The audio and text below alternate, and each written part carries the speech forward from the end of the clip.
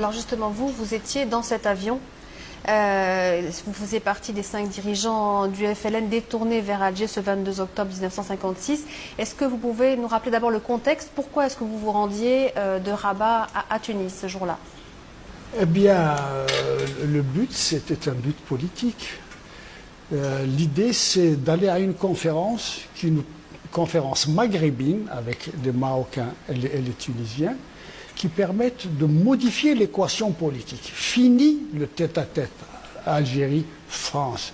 Il fallait absolument que le problème devienne d'abord essentiellement un problème maghrébin, ce qui nous permet d'avoir un rapport de force. Donc l'enjeu était très important. Donc. Voilà, donc la conférence de Maghreb pouvait ouvrir la voie à... Voilà, c'est la raison pour laquelle vous avez pris cet avion ce Absolument, jour-là. absolument. Alors la thèse de M. Haikal repose sur le fait que le roi Mohamed V devait vous conduire à Tunis à bord de son propre avion et que ce serait le prince Moulay Hassan, Hassan II qui fut après Hassan II, qui a fait en sorte que vous preniez un autre avion, celui qui a été détourné.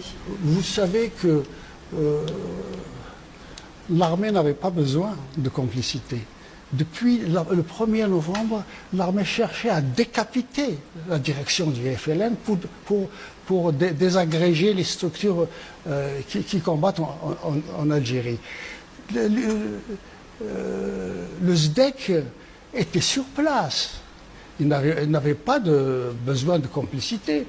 Le SDEC était sur place aussi à Tunis, il était sur place au Caire. C'est là-bas qu'ils ont essayé de décapiter le bureau du Maghreb.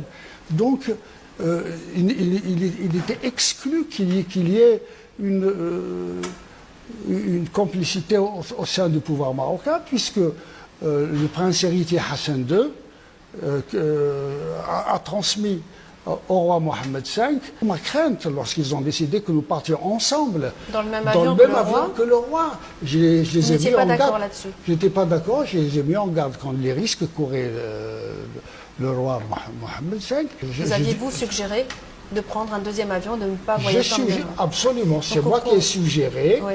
Et bon, il est évident que la responsabilité incombe au SDEC d'ailleurs. Les préparatifs de l'enlèvement sont assez parlants.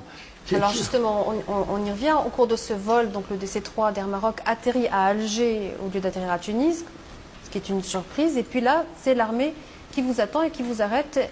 Les 5 donc, dirigeants du FLN qui se trouvaient à bord de cet avion. Quel était l'objectif principal de la France en réalisant cette opération?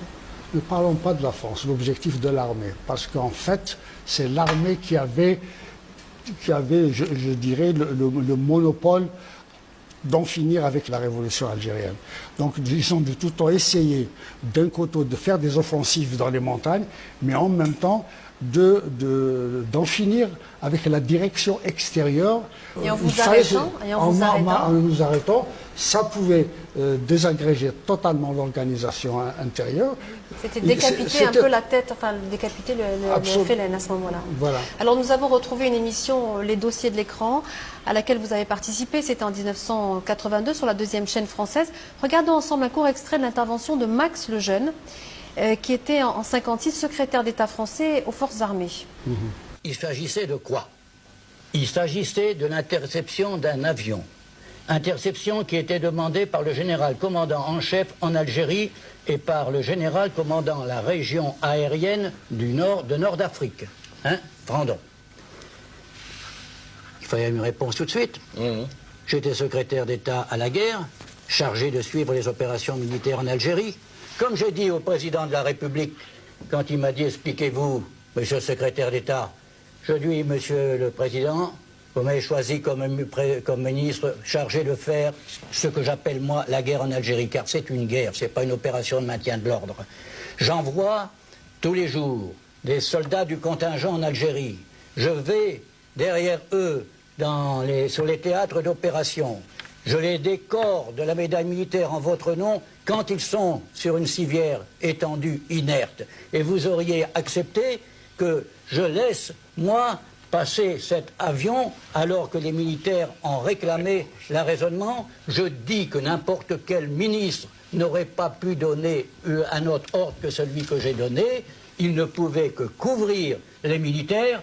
Alors, regardons aussi toujours dans ces dossiers de l'écran le journaliste écrivain Raymond Tournoux.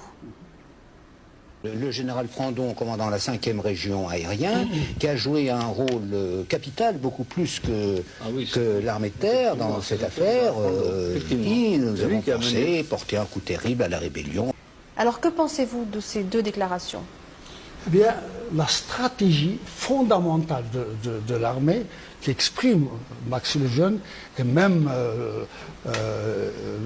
l'autre personne qui était écrivain, c'est qu'il fallait à tout prix empêcher la conférence de se tenir parce qu'il pourrait y avoir des conséquences irréversibles en faveur d'une autre solution que celle de la guerre totale.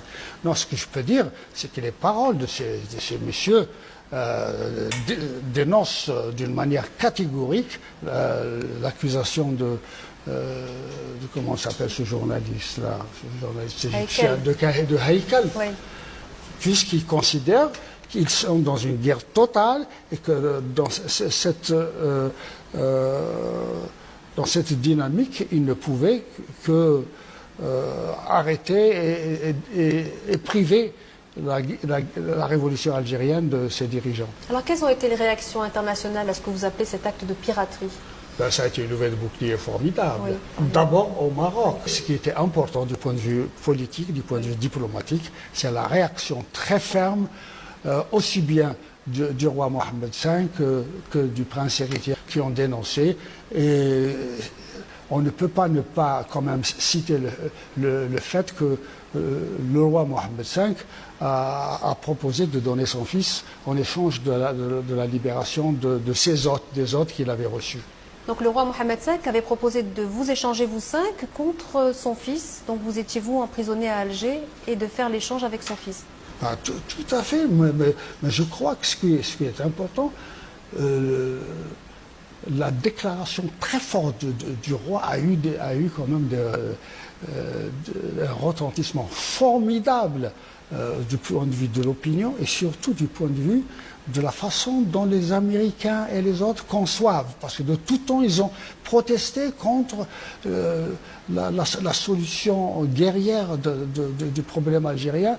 Alors voilà. Sur l'impact international, on va regarder justement ce que dit Christian Pineau, le ministre français des Affaires étrangères de l'époque. Oui. Qu'est-ce qu'il y avait de si grave dans cette opération? Il y avait d'abord un acte qu'aucun chef d'État français ne pouvait accepter à l'égard du sultan du Maroc. Vous étiez, enfin, les hôtes du sultan du Maroc. Il vous avait prêté un avion pour vous transporter dans un endroit déterminé. Nous ne pouvions pas, sans son consentement, à moins que vous ne violiez des lois internationales ou que vous ne couriez le risque de passer à proximité des côtes algériennes, nous ne pouvions rien faire sans son consentement. Et le roi du Maroc ne nous a jamais pardonné cet acte, c'est incontestable. La Tunisie, non plus. Bon, nous avons donc perdu de ce côté-là un certain nombre d'espoirs et nous avons mécontenté l'opinion internationale. J'ai eu des conversations nombreuses avec les Américains qui étaient absolument hors d'eux lorsque cet événement s'est passé et je dis qu'il a fortement contribué à l'attitude des Américains lors de l'affaire de Suez. Dans ce fameux DC3 détourné, vous avez longuement parlé avec une journaliste, Ève Paré-Deschamps. Vous vous souvenez de ce que vous lui avez dit? Je me suis confié en disant maintenant l'affaire de l'indépendance de l'Algérie, ce n'est plus le monopole des Algériens, c'est le Maghreb. C'est une nouvelle stratégie. Pas une stratégie qui va faire basculer le Maghreb dans la guerre, mais on était persuadé que le rapport de force changerait. Vous voyez, le général de Gaulle sait très bien pourquoi il en est venu à mettre fin à la guerre. C'est parce que du point de vue international, du point de vue militaire, les choses risquaient d'y aller. Les Français avaient peur de perdre aussi la monarchie marocaine. Vous lui avez aussi transmis quelque chose au moment où vous avez été arrêté, je crois, cette journaliste? Oui, vous avez raison. Je me suis fié à elle, oui. Je lui ai donné le document des résolutions de la Soumane. Et puis il y avait aussi, je devais faire venir un bateau d'armement des États-Unis au Maroc. Et c'est le prince héritier, Moulay Hassan, auquel je me suis adressé, qui m'a dit, je vous donne la licence, je vous autorise à faire ça. Alors cette fois, c'est vous qu'on va retrouver. C'était donc en 1982 dans cette émission Les dossiers de l'écran. Le Maroc n'était pas du tout, n'est-ce pas, mêlé à cette affaire. Que le SDEC ait des contacts à titre personnel, mais je crois qu'on ne peut pas douter de la bonne foi de Sa Majesté. Ceci dit, je pense que le SDEC n'avait pas besoin de complicité à l'échelon politique. Le SDEC s'était implanté non seulement au Maroc, mais en Tunisie et au Caire. Ce qu'on oublie dans la tentative de nous dérouter, c'est le fait que de tout temps, le SDEC, c'est-à-dire l'armée, a visé à décapiter la rébellion. De tout temps, la cible a été les leaders. Alors vous avez aussi beaucoup parlé à cette journaliste de la place qu'occupait le Maghreb dans votre combat pour la libération de l'Algérie. On va écouter pendant un court instant Ève Paré-les-Champs. Il y avait une atmosphère extraordinaire d'espoir. Vraiment, ce voyage à Tunis, cette conférence, pour nous tous, ouvrait la porte aux négociations. C'est ce qu'a dit M. Haït. Ah oui, là, absolument, je suis tout à fait d'accord. Tout à fait d'accord. M. Haït Ahmed se souvient de l'atmosphère qu'il y avait à ce moment-là. Et vraiment, nous attendions beaucoup. Et en France aussi, on attendait beaucoup, je sais, de cette conférence. Le Maroc avait besoin de cette conférence, avait besoin de la paix. La Tunisie avait besoin de la paix. Ils étaient prêts à tout faire, ils l'avaient montré. Les Algériens étaient prêts à négocier. C'est M. Haït Ahmed. Les conversations que nous avons eues à Rabat avec le roi Mohamed V ont été très utiles. Nous avons des bases sérieuses pour une solution d'ensemble qui pourra être proposée à un gouvernement vraiment désireux de négocier. Il n'y a pas une solution marocaine, une solution tunisienne, une solution algérienne. Il y a une solution nord-africaine parce qu'il y a un problème nord-africain. Nous ferons une fédération des 3 pays d'Afrique du Nord. Oui, nous voudrions faire une fédération des 3 pays d'Afrique du Nord et après conclure avec la France une alliance étroite. Est-ce que vous rediriez la même chose aujourd'hui de la place qu'occupait le Maghreb dans votre combat pour la libération de l'Algérie? Est-ce que vous appelez cet acte de piraterie? Bien évidemment, bien évidemment. Vous savez, on ne peut pas tromper tout le monde et tout le temps. Et ce qui est important, c'est de remettre au peuple et aux individus le destin du Maghreb. Merci beaucoup d'avoir été notre invité aujourd'hui. Nous étions à l'Institut du Monde Arabe. Restez sur Média Instat, la suite des programmes dans quelques instants.